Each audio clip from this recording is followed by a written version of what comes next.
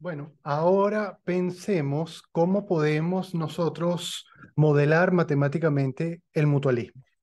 Tal vez la forma más fácil de hacer esto es utilizar como base las ecuaciones de competencia de Lotka-Volterra, que ya hemos trabajado. Ustedes se recuerdan que en estas ecuaciones, estos signos menos, lo que dan cuenta es del efecto negativo que tiene la competencia interespecífica. Entonces, una cosa que podemos hacer es cambiar estos signos menos en un más.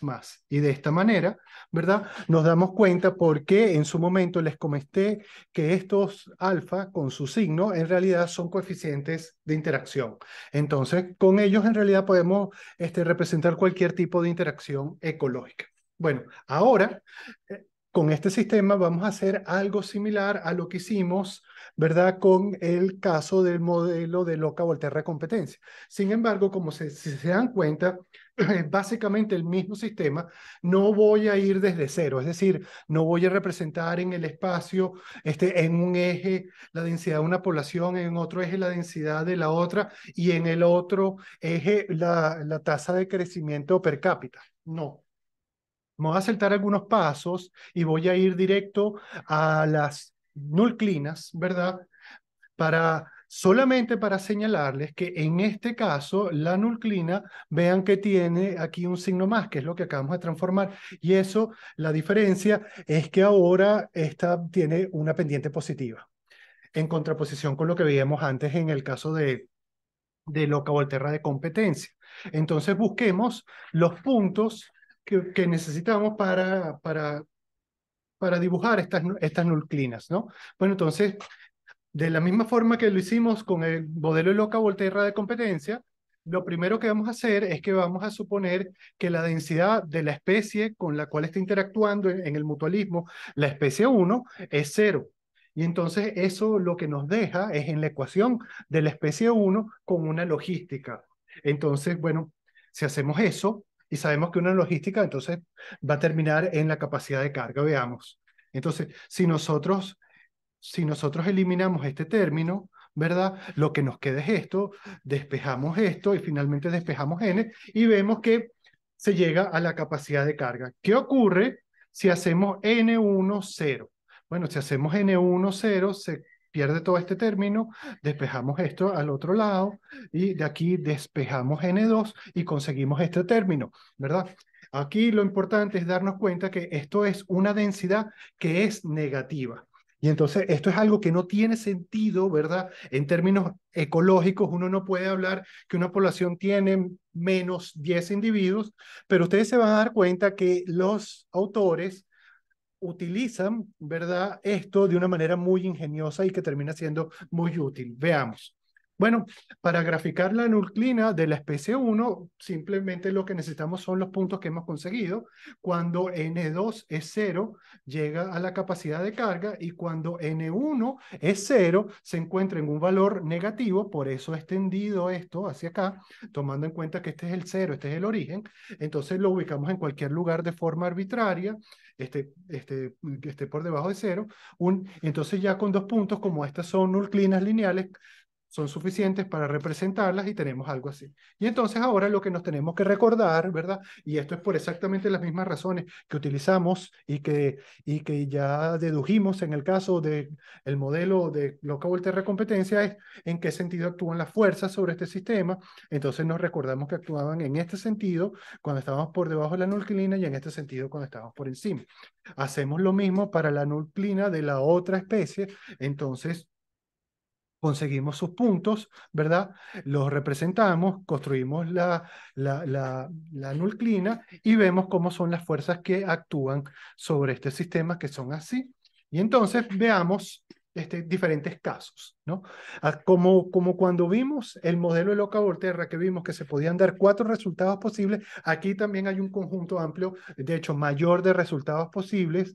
Yo aquí no se los voy a presentar todos, les voy a presentar algunos que considero particularmente relevantes. Si ustedes quieren este, conocerlos, pueden leerlos directamente en el artículo original o en el libro que ya les he recomendado de Ecología de Poblaciones del propio Van der Meer. Bueno, entonces en este caso, lo primero que vemos es que las nuclinas se cruzan y entonces eso es un punto de equilibrio del sistema, ¿verdad? Eso es una combinación de densidades en las cuales las dos tasas de crecimiento de las especies, de ambas especies, se hacen cero. Entonces es un punto de equilibrio. Bueno, lo siguiente que nos interesa es estudiar cómo son las fuerzas que actúan sobre ese punto de equilibrio para poder decidir si este es un punto de equilibrio estable o inestable. Entonces veamos las fuerzas que actúan sobre la especie 2 son estas, las fuerzas que actúan sobre la especie 1 son estas y la fuerza resultante es esta. Es decir, este es el campo vectorial que se encuentra en torno a ese punto y por lo tanto nos damos cuenta que es en este caso es una coexistencia en un equilibrio estable. Además, aprecien que nosotros aquí vemos, ¿verdad? Que en el equilibrio, ¿verdad? Del mutualismo, es decir, cuando están juntas, se alcanzan valores, ya sea para la especie 1 que están por encima de su capacidad de carga y para la especie 2 que está por encima de su capacidad de carga. Entonces, esta es otra forma matemáticamente, digamos, precisa de definir el mutualismo. Veamos otro caso. Este caso, cuando las nucleínas se encuentran de esta manera. Veamos cómo son las fuerzas que actúan sobre la especie 1, las fuerzas que actúan sobre la especie 2 y la resultante. Entonces, ¿qué ocurre en este sistema? Por ejemplo, si nosotros nos encontramos aquí, ¿verdad? En este punto, nos vamos a dirigir para acá y luego en este sentido.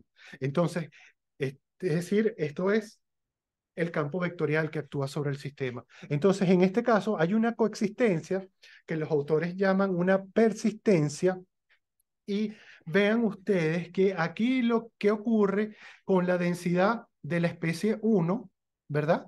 Y qué ocurre con la densidad de la especie 2. Se va a aumentar y de hecho se aumenta ad infinitum.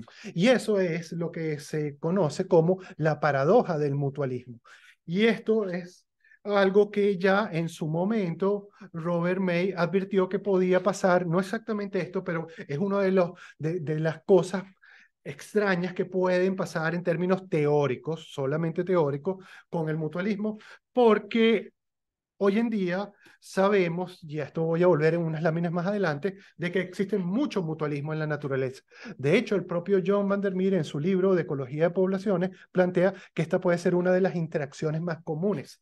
Entonces, fíjense en este resultado. En esta imagen lo que vemos es una red de mutualistas donde cada circulito, cada nodo representa una especie. Entonces, en anaranjado son polinizadores y en verde las plantas que polinizan, ¿no? Entonces, bueno, en unas pocas láminas les voy a plantear una posible solución para esta paradoja del mutualismo, pero por ahora veamos este caso.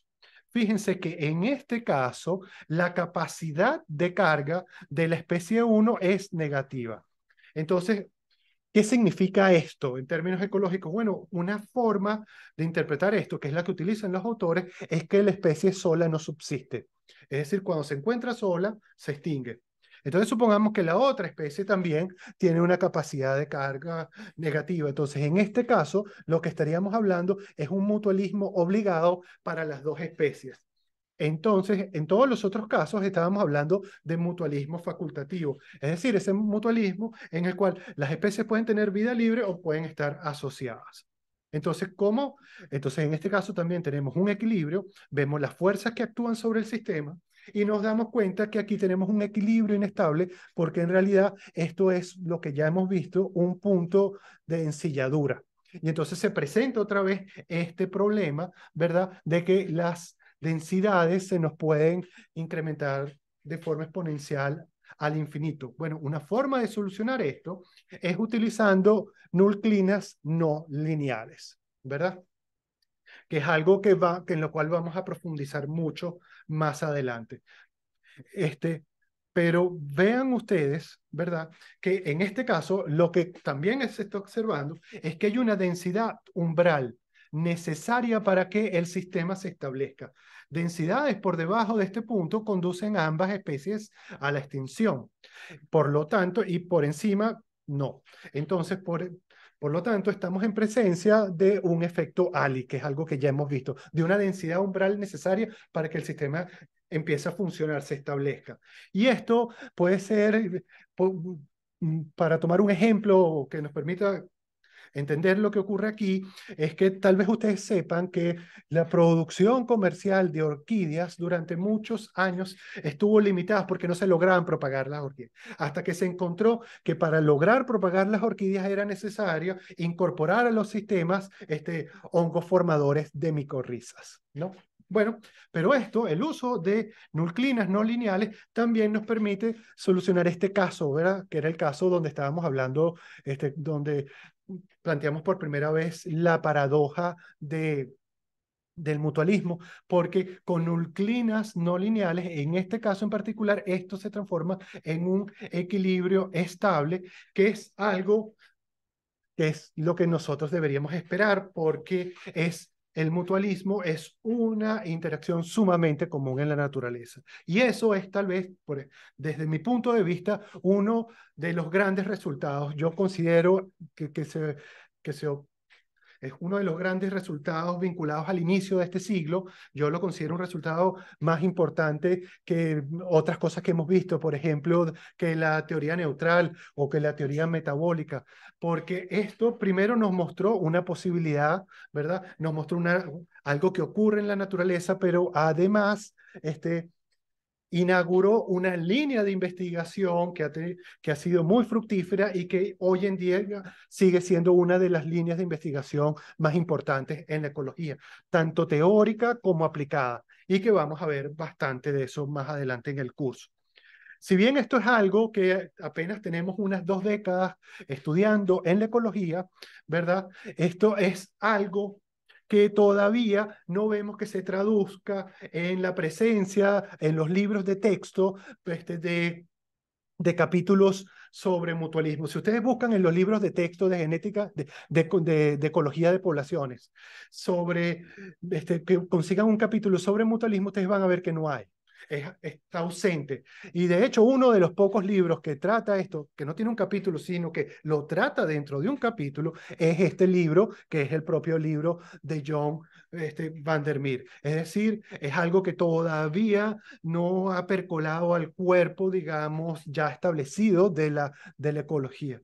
Sin embargo, es algo que se conoce desde hace mucho tiempo en la agricultura ecológica. De hecho, la presencia de interacciones positivas entre las plantas es,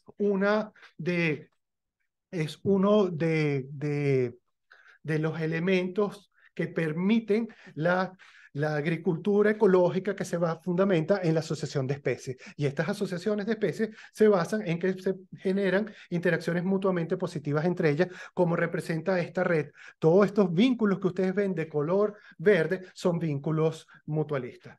Un ejemplo, y para terminar ya este video clásico, es lo que se conoce como las tres hermanas, que es la base de la agricultura ancestral de toda América, que es una asociación que se da entre el maíz, una leguminosa, ¿verdad? Trepadora, y la calabaza, ¿no? O uyama, como le decimos en Venezuela. Bueno, entonces aquí la leguminosa se beneficia del maíz porque en su hábito trepador lo utiliza como un tutor.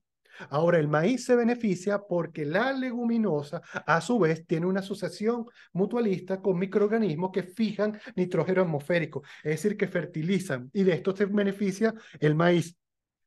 Pero también se beneficia la calabaza, ¿verdad? De esta fertilización. Ahora, la calabaza, que tiene un hábito de crecimiento rastrero y unas hojas anchas, estas hojas impiden que la luz del sol llegue al suelo y esto inhibe el crecimiento de arbences, de malezas. Además, estas hojas hacen que, digamos, que como no llega la luz del sol directamente al suelo, disminuye la evaporación del agua, entonces hay más agua en el suelo y no menos importante, y ya con esto termino, impide que las gotas de agua caigan directamente, las gotas de lluvia caigan directamente sobre el suelo y evitan el salpique, que es un mecanismo muy importante por el cual esporas de hongos patógenos que se encuentran en el suelo entran en contacto con la planta. Si ustedes se dan cuenta de esto que estoy hablando, son puras interacciones mutualistas. Bueno, entonces con esto termino.